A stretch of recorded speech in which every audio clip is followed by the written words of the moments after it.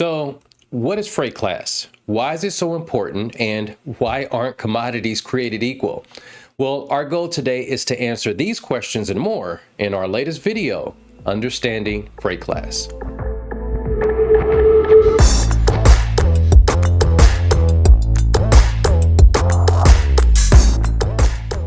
Let's kick this off by answering our very first question. What is freight class? And we've talked about freight class before, or at least you've heard me say, make sure to get your freight class from your customers. Freight class is a standardized system used for identifying and classifying different types of freight. And it's established by the NMFC tariff, or National Motor Freight Classification.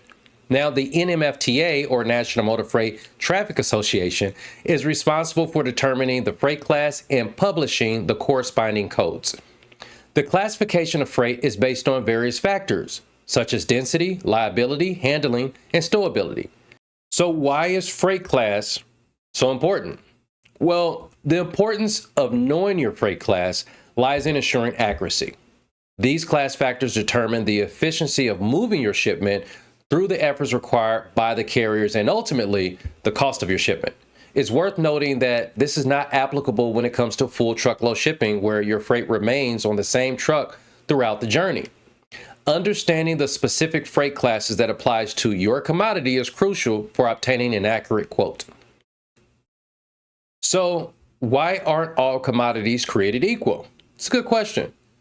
All commodities can be categorized into one of 18 predefined categories, and freight class helps determine the shipping cost. The transportability of your goods play a role in determining this cost. In the case of less than truckload shipments, they may pass through multiple terminals where loading and unloading takes place. LTL carriers also have the authority to reclassify and reweigh the freight. Choosing the wrong freight class can result in different billing amounts and also potentially excluding any pre-negotiated tariff discounts. Now, let's talk about these 18 different classes ranging from 50 to 500. Generally, a lower freight class number corresponds to a lower shipping cost, as it indicates the item is easier to ship. It's also important to note that when you're shipping multiple items of different classes on the same pallet, the entire pallet will default to the highest class among those items. Here's an example. If you're shipping car accessories at a class 60 and car covers at a class 100, and this is all on the same pallet, the entire pallet will be considered a class 100.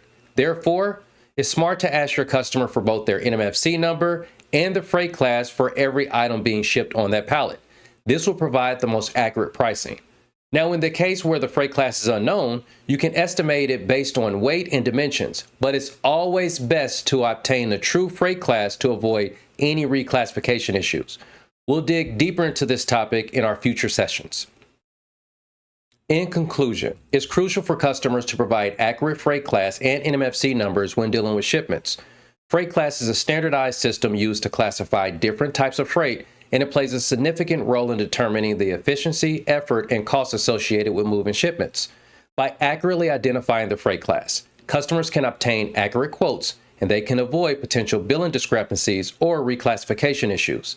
Understanding the specific freight class that applies to your commodity is essential for optimizing shipping costs and ensuring a smooth transportation process. As always, we appreciate you for joining us. If you haven't done so already, check out our last video. We go through the bill of lading. Also, please like, comment, and subscribe, and we'll see you next time.